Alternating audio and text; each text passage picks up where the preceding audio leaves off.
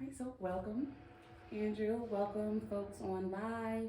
And then also we have our audience here.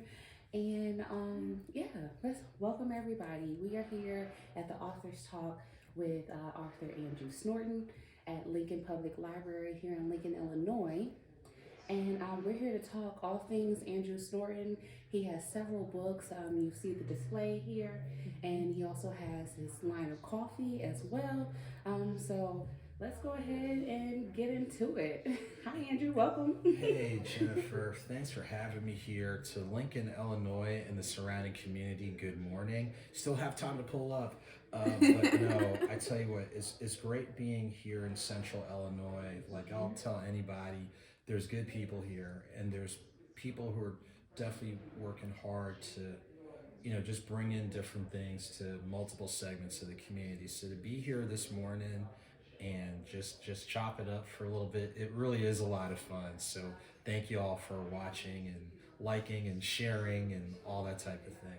For sure, for sure. And we also want to thank you for inviting the Hunt for Foundation to come out and be a part of this with you, especially during such an important time of the year, Black History Month. Oh, definitely. Yeah, it was important for me to be here for Black History Month. I know originally I was going to be up here the beginning of the month, but I needed to push things back. And you have to acknowledge the public library. Everybody from top to bottom, from the public library here at Lincoln Public Library has been extremely helpful, extremely kind, extremely willing to see what can we do to help make this happen, and hopefully not just for Black History Month, but just to other authors out there, like, come here. There are people that, quote, need to know that that, hey, we're out here on the radar, so you definitely want to come out here. And this is like just such a cool vibe. Look, this is so like oozing intellectualism and sunlight and all that type of thing. No, I feel smarter already. So if you want to add to your brain cells, come out to the library and definitely support the great work that the Hunt for Foundation is doing. Just grateful to be a part of what they do for Juneteenth, and that's just a small slice of what they do. So kudos to you and your entire team for the great work that you're doing. Thank you. Thank you so much. And like you said, yes, the Lincoln Public Library has been very supportive in our initiatives throughout the year. They even come out during Juneteenth and they have a table of library resources there as well. So we definitely want to thank the Lincoln Public Library for always being supportive. Yes. Even when I reach out to them in my capacity on the DNI, they pull together and get things together. And they also help allowed us to host registration for the pageant for the Hunt for Foundation. So we know we can always call on the Lincoln Public Library to help us, to support us, and we appreciate them for that. So thank you. And then here Jennifer Hunt, and then we also have Kayla Hunt. She's also on the board of directors for the Hunt for Foundation as well. And so we've had the pleasure of meeting Andrew Snorton a few years ago and inviting him to our parents. Let's tell now, what story are you going to Story. tell? I want to hear your version, and then we're going to hear the fill-in version. You know what? Let's just skip my version. No, all right. And we'll go right into yours. Here's what happened back in 2022. I was born in Bloomington Normal, Illinois. Lived there before starting elementary school in the state of New Jersey. So I was able to do the Juneteenth Festival for Bloomington Normal, who does a wonderful job up the road. So a few weeks before, I get this wonderful message from these wonderful people at the Hunt for Foundation, and they were so professionally kind about it by saying, look, you need to stick around and you need to do this event in Lincoln. And I was excited. Then I paused. I'm like, well, how did you get my information? And they were, well, we did research and we looked you up and we saw that you can use 3-syllable words and 3-letter words. And the rest is history. But I tell you what, I am grateful. You're grateful to any, opportunity you have to grow, expand, and reach. And I have to, like I said before, the folks here at the Hunt for Foundation have been, are doing, and will continue to do amazing work here in the Lincoln community. So I will definitely make sure, for Juneteenth this year, June 19th, to other ways, even these types of talks where you're helping let people know that they're here and what they're doing, and you need to not only keep them on the radar, but do what you can to lend support. For sure. Thank you. Thank you for that. And thank you for coming out and trusting us when we first contacted you. You even actually interviewed us and you put us on, was it your YouTube channel, or you had like a broadcasting channel? Yeah, so part of that backstory is under my business umbrella of Creative Community Solutions, I do some press and media work, and I've been thankful to be able to use my platform whenever I'm doing interviews, articles, not only just on my website, social media, but also on LinkedIn, as well as Medium, which is another platform for press and media. So I'm glad that I'm able to use my platform on that end to help amplify, some other good narratives. And it's, I'll just say this a lot of times, some aspects of the nonprofit community don't get exposure, or they don't get talked about, or they might not always get the airtime.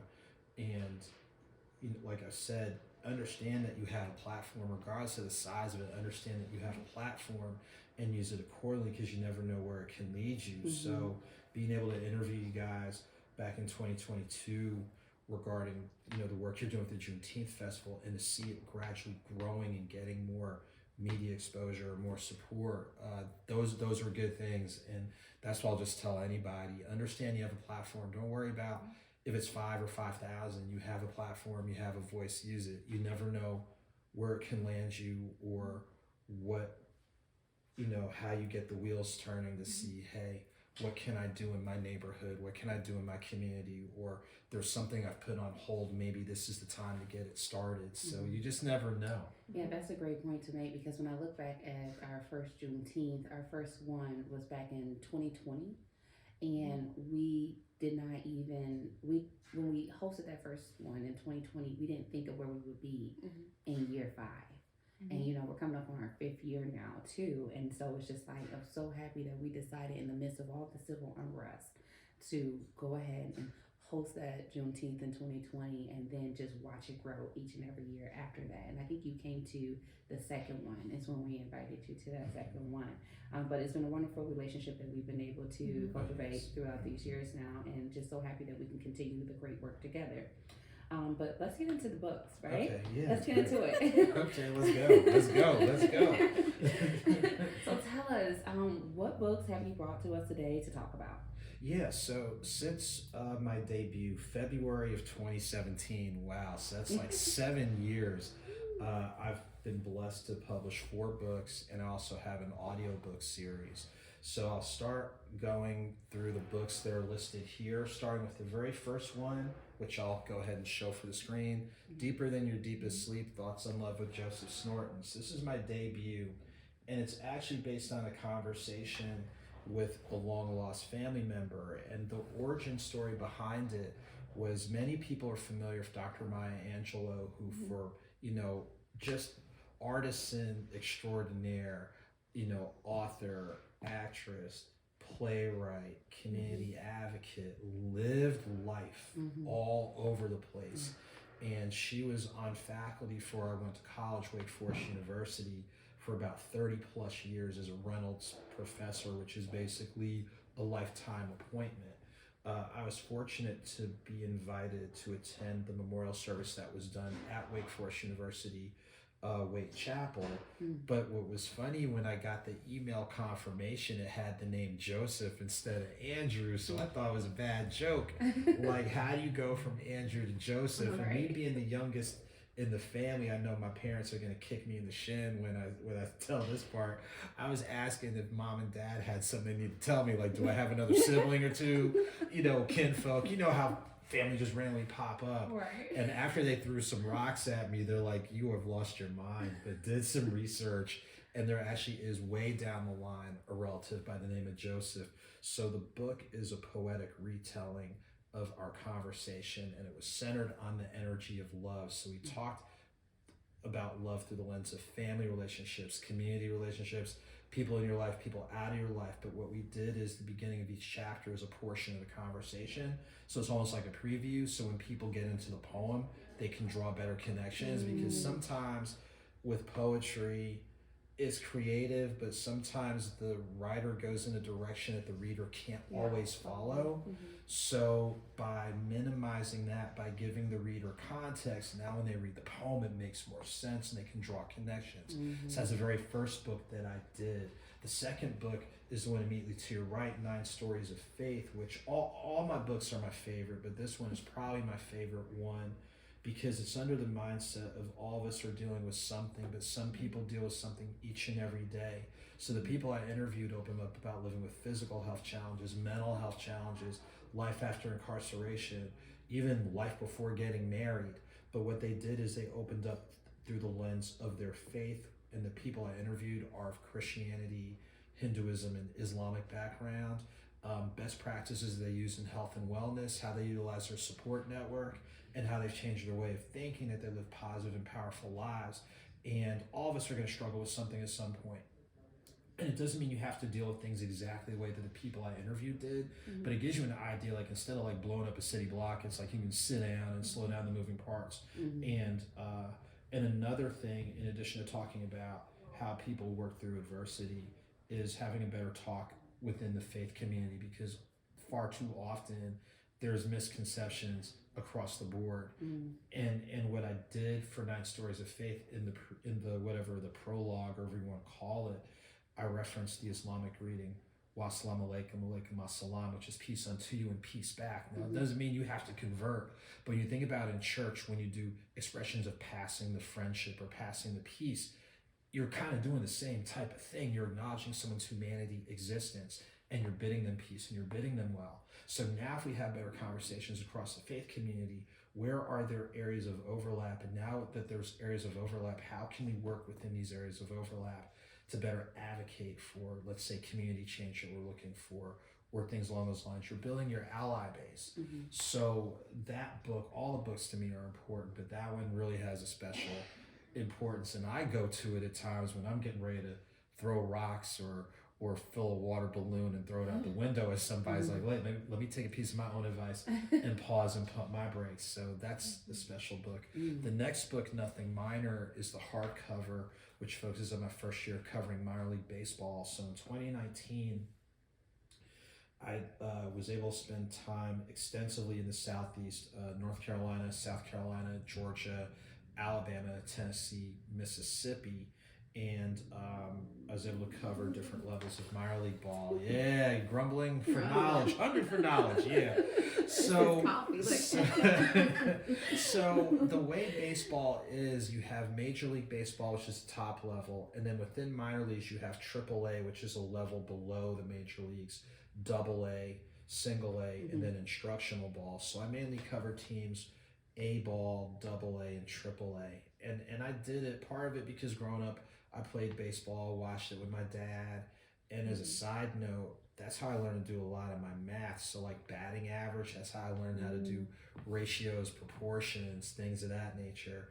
And I felt like on the minor league level, a lot of people sleep on going to minor league games because, well, it's not the majors, but your major leaguers go through those ranks in order to get those opportunities. And not only that, when Major League Baseball players are on rehab assignments, like if they've been injured for 10 days, 15 days or whatever, they're normally getting their rehab games in at minor league ballparks and minor league teams. So you get a chance to see Major League ball players, just on a different level. And a number of the players I interviewed are on Major League rosters. Probably the names that come to mind are Tristan Casas, who's a starting first baseman for the Boston Red Sox. At the time I interviewed him, he was a year removed from high school playing A-level ball, and now 3-4 years later he's like starting for Boston. Tyler Stevenson, who's a starting catcher for the Cincinnati Reds, I interviewed him at AA. But I tried to do, in addition to like the game recaps and player interviews, which I really encourage you to look at those, there's a lot of insight beyond the game of baseball. I was very intentional of interviewing as many African American players as possible. We know maybe about 7 or 8% of all major league players are of African American background. So I was very intentional of interviewing. Probably about like 40% of the players I interviewed are of African American background, some of whom are on major league rosters or have seen major league time. And 2 special sections that I did in Nothing Minor. One is with the Negro Southern League Museum in Birmingham, Alabama, which is a great resource, and it's actually free to attend if you have a group of 9 people or less. And it interlocks with the AA ballpark for the Birmingham team. But the interview I did with one of the umpire supervisors, this will be really important to those in Central Illinois, is actually from Bloomington, and actually to take it a step further, we found out our parents went to the same church. Wow. And who would have thought that an umpire supervisor who's now based in Denver, Colorado, is from Central Illinois, downstate, however you want to call it. So in addition to getting, fans of all levels of the game engaged, it just gives people thoughts of, hey, let's do a little bit of backtracking on history through the Negro Southern League Museum. Or in addition to playing on the field, there are other opportunities within the game or within sports where you can do these types of things. From the writing end, it just lets you know, writing wise, photography wise, whatever, there's a whole world out there that be open to exploring and doing something different. And then Quotes and Notes is my current release. And Quotes and Notes is basically a collection of I'll say original quotes I came up with, the exceptional one that I borrowed from my grandmother. But I'll admit, the book that I read that influenced this book is called As a Man Thinketh, where it's on the context of what you put in your head in some way, shape, or form is going to show up in your thoughts, words, deeds, and actions. And just like we talk about your diet physically, we also got to talk about your mental diet. So what I did is the quotes are quotes that I've used to kind of help me, but in addition to the quote, it's an explanation of the logic and rationale so people understand where it's coming from. And then it's space for people to journal, so whether they agree, do they disagree, do they want to go deeper, do they want to go in a totally different direction. It just allows people opportunities to pause and reboot and do a reset, and all of us at different points in time are going to have to do that. Like, everything isn't always fluid. Some things are choppy, and sometimes you do have to unplug or cut yourself off or go for a walk and clear your head. So like, this book is a book that I'll go to whenever I'm like, okay, I'm getting ready to go off the rails, let me look at my own advice. Like, those 2, like I said, all 4 books are important to me, but I'd say if I had to pick one, it's my favorite, 9 Stories, because those stories are going to be timeless. They're going to be timeless and things of that nature. And then finally, the audiobook series I have, the Author's Mixtape, is basically freestyle music and spoken word, and shouts to the team of Third Level Entertainment, Canis Major Digital, who has ties further up in the state of Illinois and Chicago, and then Chris Kinder, who's the co-author for the last 2 of them. And literally what we did is, here's a topic, go in the booth and come up with something. Like, literally that's how we did the whole audiobook series. So some of it's traditional spoken words, some we threw some music, some we did duets, and some, like, and I'll tell you what was interesting, how we did the duets on the 4th and 5th volume. Kristen was in the booth, I was outside the booth, we had the mics, and they had go, and then we had to cue each other when to come in, and everything that you hear recorded we did in one take. So it wasn't like we started and stopped again. Like, we literally did everything in one take. So like, the 4th and 5th volumes, and if you're used to streaming from like Tidal, Spotify, Pandora, SoundCloud, iTunes, Shazam, Deezer, it's like Google Play, it's like 300 different platforms. So if you type in my name, Andrew Snorton, it'll pop up. But literally, if you listen to volumes 4 and 5, where you hear the duets with Kristen and I, like, she's in one booth, I'm outside, and it's like she's cueing me when to come in, I'm cueing her when to come in, and so it was pretty funny, and what have you. But those are the literary and audio works I've been able to do, and yeah, just blessed. Who would have thought 7 years later I'd be sitting at a table in a great library with great people at the Hunt For Foundation in Lincoln, Illinois. Like hey, no, Lincoln. I mean, no, but it's cool, and that's one of the things I have to say. I've been blessed to meet some great people that I would have never met if I hadn't picked up a pen and a pad. That is the God honest truth. There's no way I'm sitting here talking with you guys if I hadn't put my pen and pad together. Seriously. So what was that turning point like for you? Like realizing that, okay, you need to pick up a pen and a paper. Tell us about that. That's a great question. I used to write for one of the online magazines called Examiner from like March of 2010 until the summer of 2016 when they finally shut down. And I wanted to continue my writing because I was covering a lot of stuff like with nonprofits and community organizations and sprinkling in a little bit of sports and a couple of op-eds. So I talked with two colleagues of mine who've written books, Tyressa Tai, who is doing some great work in arts and entertainment, and Darius Gordine, who's doing some pretty solid literary work. And I talked with them to get ideas of how to stretch my writing. So in the summer of 2016, I was putting together my first book, which was supposed to be a collection of political essays based on what was going on at the time with the whole 2016 and this is going on, that's going on. It was a very chaotic time in the political landscape. And I made the mistake of not backing up my work on the cloud or a flash drive.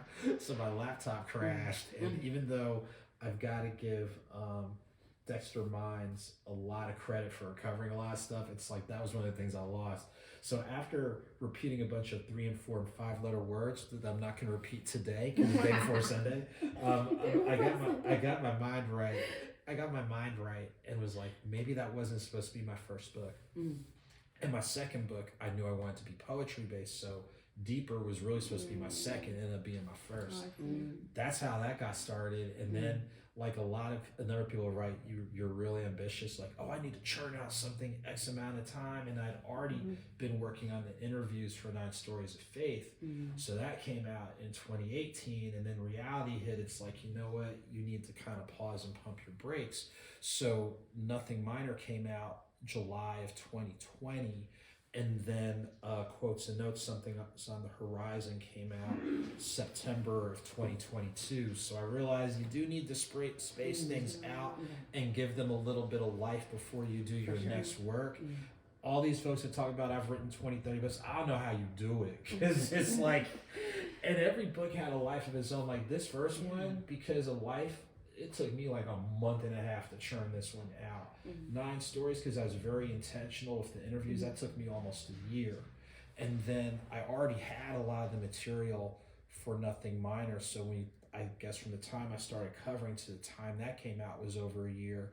And Quotes and Notes was probably, I had all the material, I just had to sit down and do it. So I think moving forward, I'm thinking once every 2.5 years, it's time for something new. So I'm thinking, like any author, you're always thinking about what's next. I got to figure out of the creative ideas, which one is pulling me the most. And once I figure out what that is, then that'll help drive the writing process for what's next. Yeah, because that was going to be my next question is like, what is your approach with writing your books? Like, how do you know what the next one is?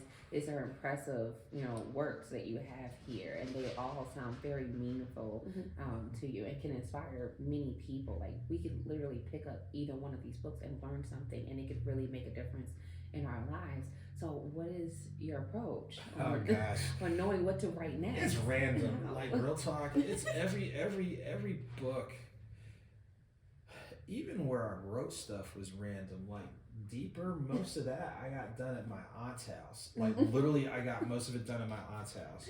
Shout out to Auntie. Yeah, and then 9 Stories, I would rotate between writing at home and writing in the public libraries. Just finding either a quiet table like we have right now, putting the headphones on, or sometimes working silently. Nothing Minor was basically at home because that came out during the pandemic when you couldn't go anywhere. So literally, I think I have photos of me with stuff spread out all over the floor. It looks like a hot mess, but it was just cool. Quotes and Notes, honestly, I got the finishing touches. You're going to laugh at this. I got the finishing touches of Quotes and Notes done the night before I covered the Clemson Wake Forest football game in 2022. It was just wild. I think every book has a process of its own, but in regards to getting the writing done, I need to rotate. There's some of it I can get done at home, but I can't do everything at home. Some of it I need to go to a library. Some of it go to a coffee house. Some of it even I might be walking in the park and I'll type in on my notes, and then when I get somewhere, I'll put it down. So it could be all over the place. I haven't done any riding on a plane yet because I like to sleep when I fly. Right. I haven't done it, and other stuff, but I know it's going to be a rotation of like home, library, coffee house, because sometimes you just need to be in different spaces to kick in stuff. Like you can't. It's just like like when you're at home and you reorganize things in the room, so you shift around the furniture, and it gives a different energy. Yes, I have to shift around, I otherwise. just did that. Yeah, no, seriously, it's like you have to shift around. So I know it'll be writing in a rotation of spaces. And like I said, I've got 3 or 4 ideas I know I want to do. So once one of those ideas really kind of bubbles or percolates to the top, then I'll go ahead and dive in, and Lord willing, sometime in 2024, be like, surprise, here's something else. That's the hope. Yeah, awesome. Well, thinking about the way you approach things, and the books that you have here, did you discover anything new about yourself in writing the 9 stories of faith and the love of the lost one? And what did you discover about yourself? Oh gosh, with each book I discovered something different. I think Deeper was a good inventory of, like, how some people feel like nobody loves them and people aren't thinking about them, and it's like the beauty behind that was, let's take broad inventory of the different perspectives. Like sometimes people hear love, they always think, oh, I gotta be in a relationship, I gotta be dating or married, and that's not always the case. Right. And I think by showing how broad the energy can be for that person that feels like they're out there on an island, maybe at least there's a boat to get you from the island back to the mainland. And I think for me, the biggest self-check for me was knowing like what I was going through at the time and really taking inventory and how I was able to just keep perspective. It didn't mean, my feelings weren't hurt. And I have a couple chapters that talk about hurt feelings and that type of thing. But I think it was the fact that even with a couple things that weren't going so great, I was still had the presence of mind to take inventory and see what is. So I wasn't teetering into doing something like payback and all that type of stuff.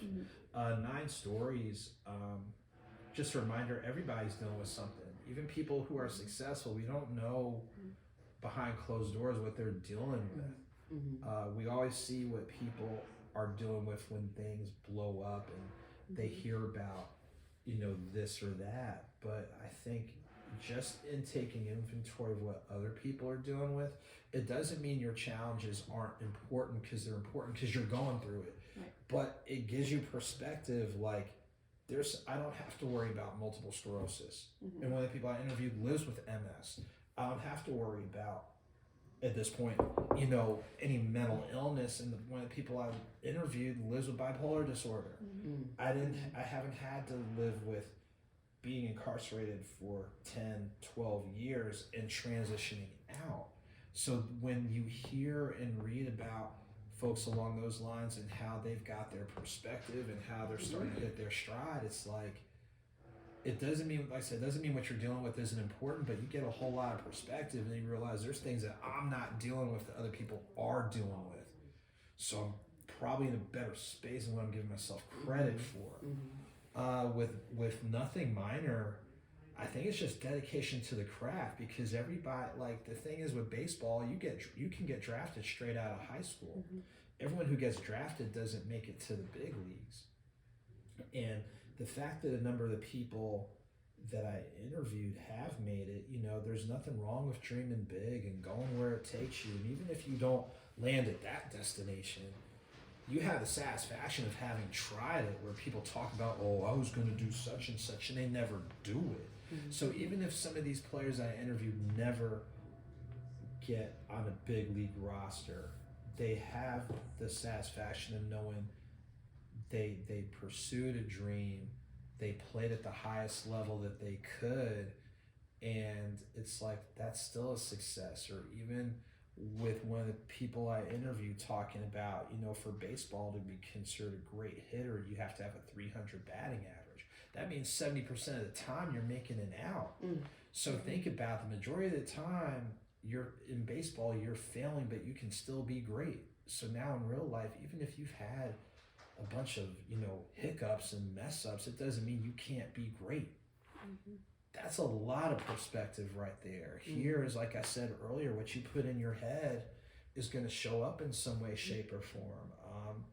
And it's okay to write down your ideas. It's okay to write down if you're having a good day, if you're having an awful day.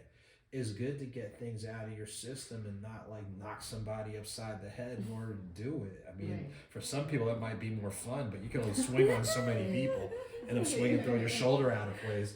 But like seriously, you think about people that we see that have been able to elevate, whether it's in arts or public service or whatever, a lot of it is what were things that they were telling themselves, what were things that they were listening to, what were things that they were avoiding, mapping things out, writing things out. And sometimes, just the adage of staying ready, you never know, like my mom says, you never know who's paying attention to you. That ties in with the story of how we met. I didn't know you all were paying attention to me, and lo and behold, here's where I am. But just, I think one of those things, even with this book, you might not do everything that you set out to do, but there's a lot that you're able to accomplish. So if you've been able to go to a different city, or you've met this person, or you've seen the ocean, or whatever, a lot of people might not ever do that.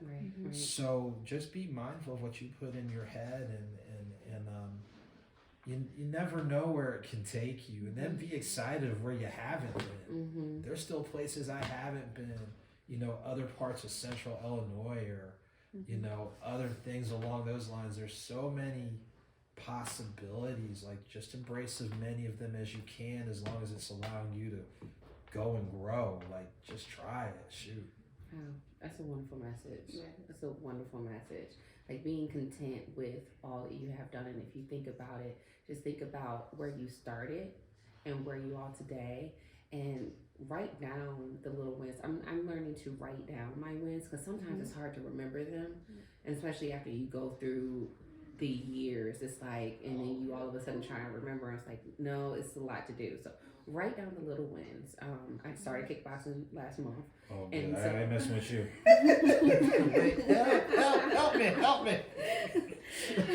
But I noticed just 2 classes ago, Wednesday night, that I had a little win. Like, my flexibility and able to do a certain move significantly improved since January, and it was a small win for me, but it was like, oh my God, considering where I was just in January to where I am now was a major win for me. I'm gonna be nice to you in June. That's all I know. This day in Black History, I learned she is making progress in kickboxing. Be nice, play nice, play nice. Like, for real, play nice. That's how I'm gonna do. But also being content. Like you said, that it's very important. Like, what you allow your mind to feed you, right? And so being content on where you are and what you have going on, because there's a lot going on out here in this world. So much going on, and just appreciating where you are and what you have is very important as well, for sure. So I love the messages that you have in each of these books, the perspective that writing them brought you, that you discovered too, and I really appreciate you being able to share that with us too, and just going around sharing this is like a wealth of knowledge here, and it seems like each of these books came from a certain story in your life. And you're right. You're right. You cracked the code. Yep, sure did. And I'm loving each of them, and I can't wait to read all of them, just to learn more, about you, but also the message in each of these books. Messages are very important. They help push you, especially when you have so much going on in life. I appreciate a good message. That's Mhm. why I look forward to Sunday service for that good message. You know. Yeah, I appreciate it, and you make a good point. Like you think about like people who write or even like music, obviously captures what's in a lot of respects what's going on with someone at that time, and you're charting your growth and how far you've come and your different checkpoints. And it's true because like anytime any author that writes, part of it is writing for your audience, but talking with your audience, and you're sprinkling in a little bit of here's where I am at a certain point. So, like I've said a lot of times, good writing to me is authentic and accessible. Like if you're able to talk with people, not talk at them, not talk above them or beneath them, but you figure out talking with them and you're sharing and exchanging, that's like the coolest part, you know, of anybody that's writing, and that's the goal with what I have. Whether it was doing unconventional stuff like not putting page counts on certain books, because I know some people who read is like, let me, and I was guilty of it. Oh, that's too many pages. Put it back down. And I know, especially like the first couple books, I didn't put page counts on there because that way I knew it would take away a barrier, you know, for people who read. It's like just immerse yourself at your own pace, you know, and just you know you're fortunate the spaces you're in, like in regards to covering just baseball in general. In regards to media, you don't see that many people from certain demographics covering the game like you don't. And even on the AAA level, like mainly I cover AAA ball, and I'll cover some college baseball as well, but even like on a AAA level, you're a level below major leagues, and other than like some of the cameramen or some of the photographers, like the team photographers or the photographer I work with a lot of times, Emery Rose Photography, is like you don't see a lot. So that kind of lets you know you need to be in these spaces, but let people know that you have the capacity to be in these spaces as well. You've got to, you know, quote, work hard, work smart, advocate for yourself, and have other people help advocate for you to be in these spaces. I mean, that's it. Right. And once you're there, do a solid job, and you try to encourage other people to be there, because you know, like anything, writing or whatever, there's so many narratives of impact or change that are out there that aren't being talked about, and someone has to do it. So if you have to be that person for that time, or somebody else is, either be that person, or if you see someone who is that person, support that person. Like just do it. Like you don't always have to be on the front lines, but you can at least, you know, watch the channel and turn up the volume. You can at least do that type of stuff. Yeah, for sure. That's another great message for the month that we're in too, Black History Month. Like supporting each other, supporting the initiatives, the organizations, the programs that are going to continue to push us to advance. You know, so that's very important. Remember to support each other, support Black businesses, support, you know, Black authors, organizations that are educating and uniting and empowering the people, and celebrating the culture, is very important. And when you look at a lot of our ancestors or a lot of our Black historical figures that have truly impacted change for the better, they operated off of supporting each other. Malcolm X and Dr. MLK, they supported each other. You know, may not have agreed on everything, but the support was real, and they understood the goal and worked towards it together. And so that's very important to remember during Black History Month, but not only Black History Month, but throughout the year, is that we need to continue to support each other and look at ways in which we can continue to advance our community. You know, put the personal things aside and think of the community as a whole. What's best for the greater good. So, thank you. Oh yeah, definitely. Like you said, the message, like the month of February is used to kind of highlight and put extra attention, but every day, and there's history makers every day. Every day, somebody is breaking ground and something along those lines. So we have to continue to celebrate those things, but continue to encourage them so the next generation can continue to push the envelope even further. You don't want to, you know, we owe it to our ancestors to pause and keep going. You can't stop. You can pause and catch your breath, but at some point you gotta keep going. They have to, because, and I'll say this, which is part of the drive. It's like there's people who I will never know who advocated for me to be here, even though they knew that for some of them they might not have seen the fruit of their labor. They did the work anyway. So, you know, when you really sit back and pause and think about that, like think about we're in a library, but it was what, like in the mid 1800s, it was illegal, depending where you are, for Black folk to know how to read and write. That's ironic that here we are, whatever 170 years later, we're in a spot where whatever 4, 5, 6 generations ago would have gotten put down for lack of a better term. So that's, I think, I mean, there's so many messages for Black History Month, and making sure you take a piece of that each day. But I think the biggest thing that drives me is, again, there's people who I never know, who might not have been captured in a book, who advocated for us to be here. So do your part, basically. Just do your part. That's the main thing. Do your part. Yeah. Awesome. Well, we talked about your books. We talked about your audio collection of the spoken word and the music. Love that. Can't wait to hear that as well. And you said that's available on Any all streaming platforms. platform, like 300 different platforms. Yeah. Perfect. Yeah. And then where can we purchase your books? Yeah, so the easiest way to stay connected would be on my Linktree, which is linktr.ee/AuthorASnorton. So when you go on the Linktree, they'll have all the information from the newsletter that I do usually twice a month, all the social media platforms. You can purchase, like a lot of people, you can purchase on Amazon, Barnes & Noble, online. In Central Illinois, the closest bookstore is going to be Bob's Bay in Bloomington, Normal. And I'll have a couple of copies here as part of the special collection for Lincoln Public Library. Information on the coffee collab. Shouts to my team at Fonte's Coffee in Louisville, Kentucky, with the light roast, the medium, the decaf.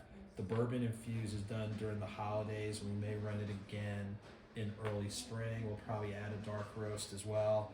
All of that info is housed on my Linktree. So instead of like go to my Linktree. It's easy. It's linktr.ee/AuthorASnorton. Like I said, the website, social media, purchase info, all that. It's just easier to go there and then navigate accordingly.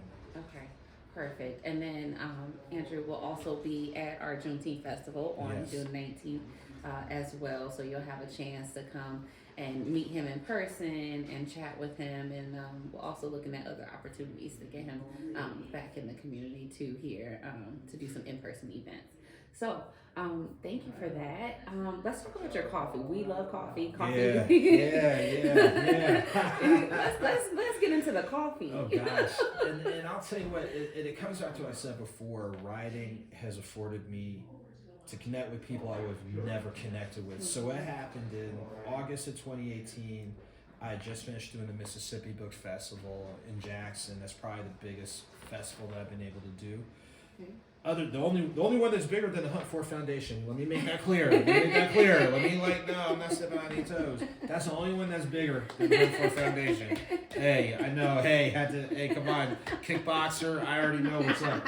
But so I finished doing the Mississippi Festival. I made a trip to southwestern Kentucky, the area where my parents grew up, and I already had plans to go to Louisville, Kentucky, to attend the Funk Festival, which my late cousin Keith Pepper's company, LA Keith Entertainment, basically managed and promoted.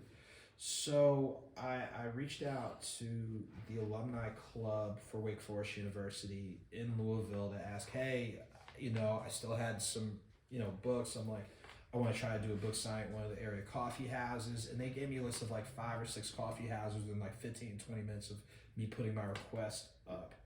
Of the coffee houses I reached out to, the only one that called me back was Fonte's Coffee in Louisville. So I did a book signing at Fonte's Coffee.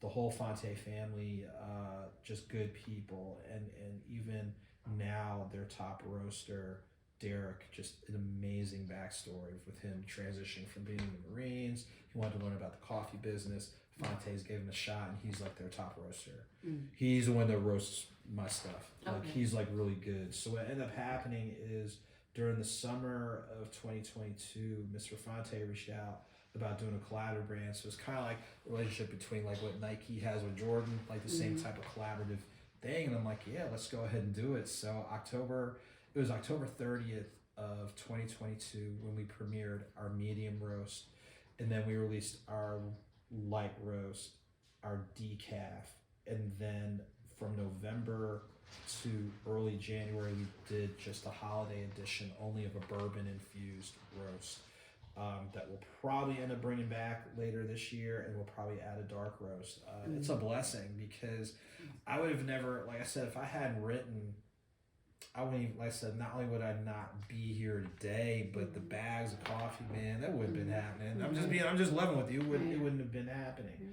But like I said, the Fontes have been very supportive, so people can purchase online at fontescoffee.com and click on the menu for special collections.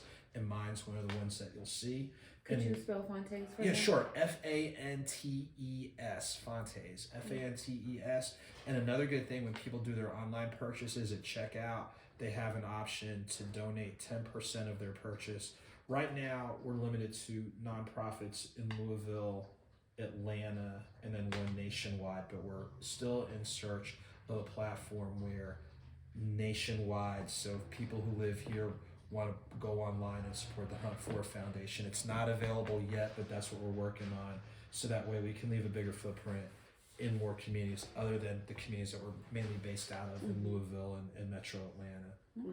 Yes, that's the hope. So just keep praying for us, and that's really the hope to do. That's something that they wanted to see happen in regards to leaving a bigger footprint, in the immediate and larger community, and it's great. It's great to be a part of that. That's beautiful. Yeah, you have a wonderful story as far as how you got to writing and then into the coffee, and just how passionate you are too about pouring back into the communities that you lived in and been around. So we really appreciate your story, and we really appreciate all your efforts. So thank you so much. And we love coffee. Coffee is one of the biggest commodities in the world. Yeah, it is. Even decaf, honey. Yeah, It's my literally drink favorite. it every day. So we're happy that you have this here for us. And you said decaf is here right now in light roast, but you also have other flavors available online at Fontes Coffee. Yes, that's correct.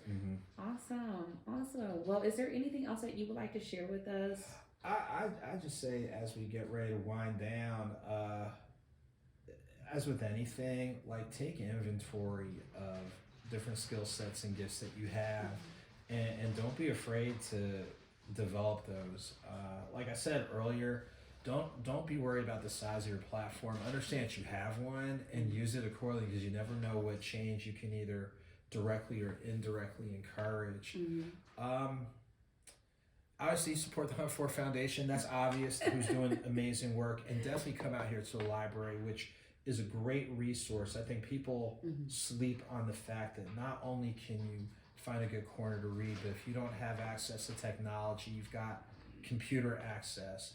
There's programming across the board for youth and adults. Like, the part that we're in here is kind of like the adult spot, but then right across the street in the annex is for kids. So take advantage of these resources while they're here.